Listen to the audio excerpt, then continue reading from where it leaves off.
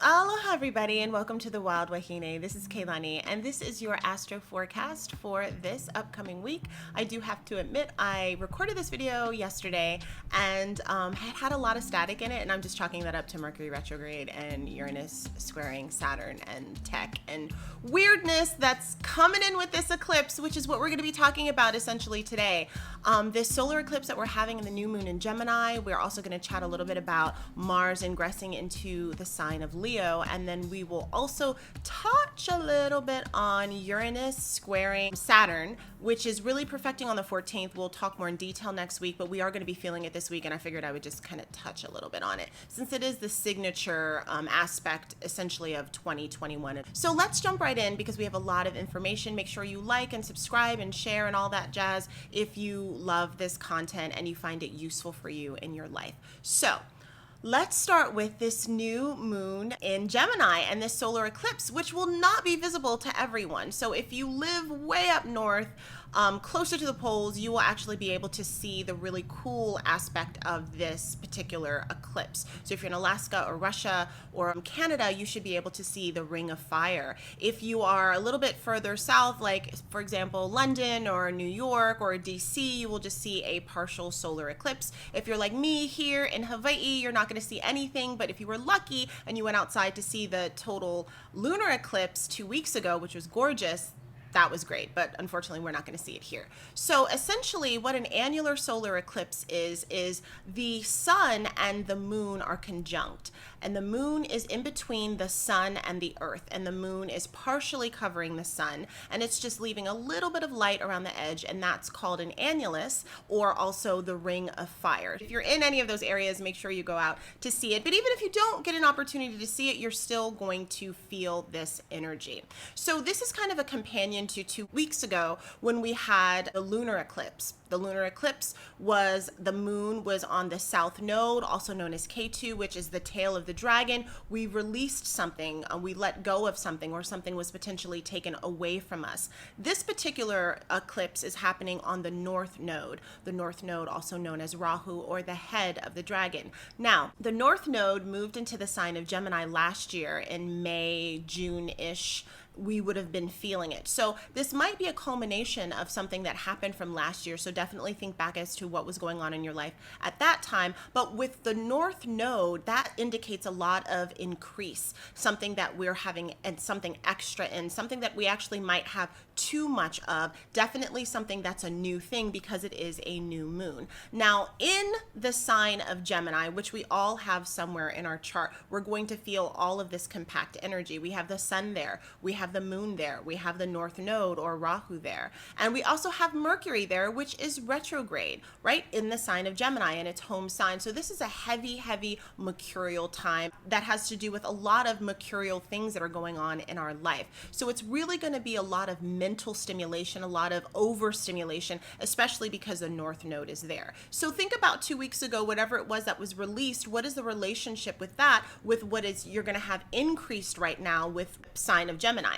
So in your birth chart, you may have planets in the sign of Gemini. If any of those planets are on or near 19 degrees, you will definitely be feeling that because this is going to be activated on your chart. So you'll definitely have some of that like heavy eclipse type of energy. So when we have an eclipse, we have the sun, which is partially obscured by the moon. So it basically means that we're not really looking at things exactly the way that they are. There's going to be some things that we can't completely see. Even though we're having a new beginning, even though we're having a lot of energy there, we still are not able to see everything, and it still might not feel as secure as we normally would feel during a typical new moon. So some of the ways that we're going to feel with this energy is it will be a lot of overstimulation. It will be a lot of conversation. There'll be some people that say a whole bunch of stuff, I'm sure, on social media that they are going to absolutely regret and have like their foot in their mouth for the next 2 weeks trying to clean up. A lot of times with Gemini, especially with the north node there, just have this TMI type of situation. Too much information. Maybe you didn't ask for it. You're over flooded with information,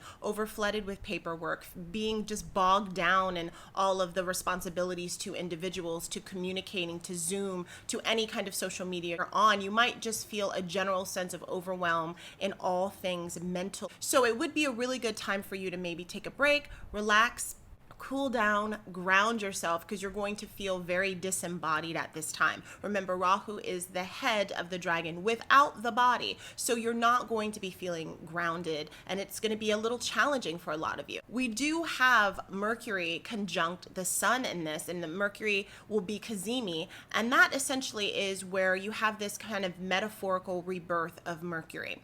And there's a time where Mercury is completely under the beams of the sun, and you just are not able to see it. But when it's Cazimi the sun, which is essentially means like in the heart of the sun, you might get this revelation of something. You might really have an idea about like what you want to do, where you want to go, specifically what you want to say. There may be moments of clarity, but in general, this is going to be a very confusing time because this eclipse and all of those planets are squaring Neptune, and Neptune is our planet of imagination, our planet of kind of sort of the abyss. It's where we go to escape from reality, especially if reality is too painful or too difficult. And it's a very kind of mirage type place. We don't know what's going on. Things seem a certain way, but they're not. Mercury is also retrograde. So there's just this overall theme of having an abundance of information and not really knowing how to communicate it or talk about it, but then also not seeing things completely clear.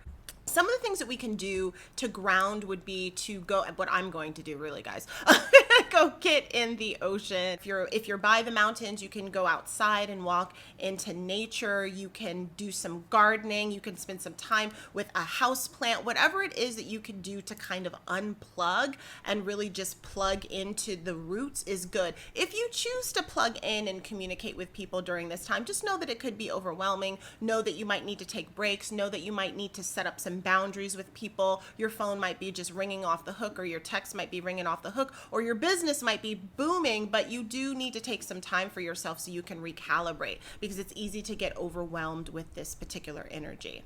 So next we have Mars ingressing into the sign of Leo. So Mars is leaving Cancer. Taking a moment of silence for that because I'm really happy about that. It was very intense in terms of family life and in terms of things that had to do with like children and family and home, when Mars was just sitting there in Cancer, just like, can we please just move? So now we have our warrior energy. Now we have all of like our big energy, the energy that's passionate, now has moved into the regal sign of Leo. And Leo is fire energy. It's a place that is the holder of responsibility, of leadership. So it's essentially the place where the warrior becomes king. He's fought all the battles and did all of the things that he needed to do. Now he's sitting on the throne and he's really trying to put all of his passion and energy into Leonin type things. And a lot of the things that Leo represents, being that it is ruled by the sun, is creativity. And so this is a really fantastic time for those of us who have felt like we've been sitting on the back burner with some of our creative projects. Maybe we just haven't had the energy to do them, or we just got bogged down with other things in life. It'll be a really nice jolt of energy to put into all things that are creative. It's a really great time to step into leadership. It's also going to be a time too where leadership might get usurped. You know, it might be time for one leader to back down and another one to step up. It might be a forceful thing, or it might be something that's welcome. It's a time where you really get to put a lot of energies into the things that you're passionate about. It's a time where you're feeling better about yourself and you're feeling a sense of pride, but ego can absolutely run amok during this time. So we do need to make sure that we keep that checked. Now, there's some really interesting people that have this, have Mars in Leo, and you can really kind of see in terms of what they do. They're considered like the archetypal king or queen of what it is that they do. Michael Jordan is one of the people who have that. I mean, he essentially is known as, quote unquote, the GOAT in basketball, in terms of being one of the best basketball players out there. Very competitive person, very competitive spirit, always gave his best, always pushed everybody else, and was really a leader in that form. Beyonce is another person who has Mars in Leo, just another person who represents a certain genre of music that a lot of people love, that a lot of people look up to. They actually have the little bay or beehive, whatever they call themselves, you know, that kind of sort of defend her on social media and all of that stuff, and people really look up to her. There is something about people that have Mars in Leo where they do have a following, they do have a group of people that look up to them, and they do express this sense of power, or this sense of surety, or this sense of this is who I am and this is what I I came to do. Donald Trump also has the same thing, and a lot of people, not that I agree with it, would say stuff like, oh, he shows so much strength, or they really like him and he has his own flag, and people, you know, his followers definitely have this kind of cult of personality quality, and we kind of sort of see that in all of these people that have this Mars and Leo kind of trait. So these are people, whether you like them, whether you don't like them, whether you're impressed by some things that they do or not, they're people that really command that sense of, I know what I'm doing. This is my body of work. This is what I put out there. And they do have somewhat of a cult following and people that like them. So it's really a time for us to kind of step up into that leadership role, step up into our creativity, and understand that we are here to be creators and to express ourselves in that, but also to make sure that we're like taming, you know, all of the kind of sort of crazy ego that can happen around that time, because we don't want to kind of go off on the deep end. So next up, we're going to talk about the Saturn-Uranus square. So this is a square that is going to perfect 3 times this year. We've already had it once, and that was kind of indicated by a lot of civil unrest all over the world. It was indicated by the falling apart of the electrical grid in Texas, where a lot of people had their pipes frozen and a lot of people had their homes damaged, and there was loss of life with that. And so we're coming up on that square that's perfecting on the 14th.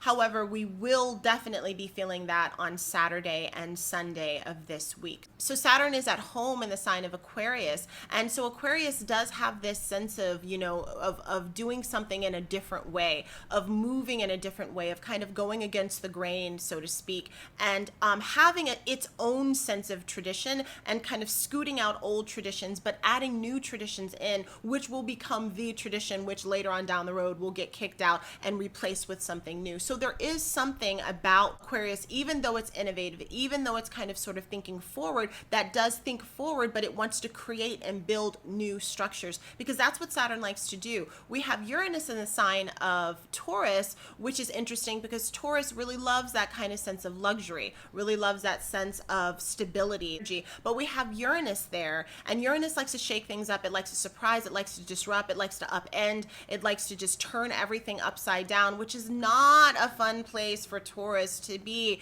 in terms of the money, in terms of like land, and in terms of earth, in terms of our food, all of the things that we don't like to disrupt. So when we have these two in communications with each other, there's a lot of things that can be upended, at least turned on their head, or shaken up a bit in terms of money and how we make money. I think a lot of the cryptocurrencies, we're definitely going to probably see a little bit of shift with that, because we did last time when we had this particular signature, food and just food availability, the price of food. That's something, whenever we have Taurus involved, it typically, you know, is an indicator of something that will be happening, you know, in the world in terms of like our earth. So it could be earthquakes, it could be another form of really extreme weather, it could be just issues that have to do with like electrical grids, or issues with technology, issues with hacking.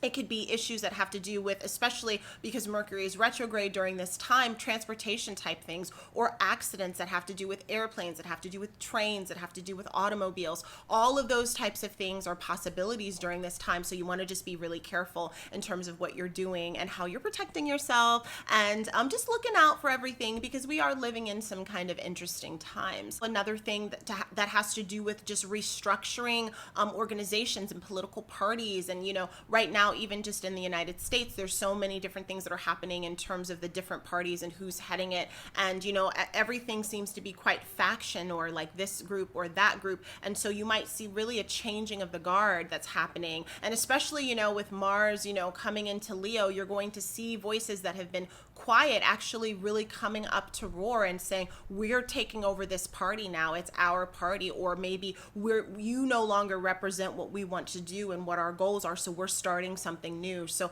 I definitely see like a lot of different regimes, political organizations, or people kind of coming together and wanting to create something new and wanting to create change in a much more abrupt way and a much more in your face type of way that's going to be happening. So just heads up for all of those things. Thank you guys so much for for watching this video. I hope you appreciate it and you can use this information so that it uplifts you in your life and you can make fantastic choices. If you have any questions, you can just leave them in the comments below. I am open right now for doing birth chart readings where we can really look into the details of your chart and look and see what's going on right now and really support you and help you if you're going through things or if you have questions. If you want to book a reading, you can book it at www.thewildwahine.as.me, and I will see you guys very soon. Aloha.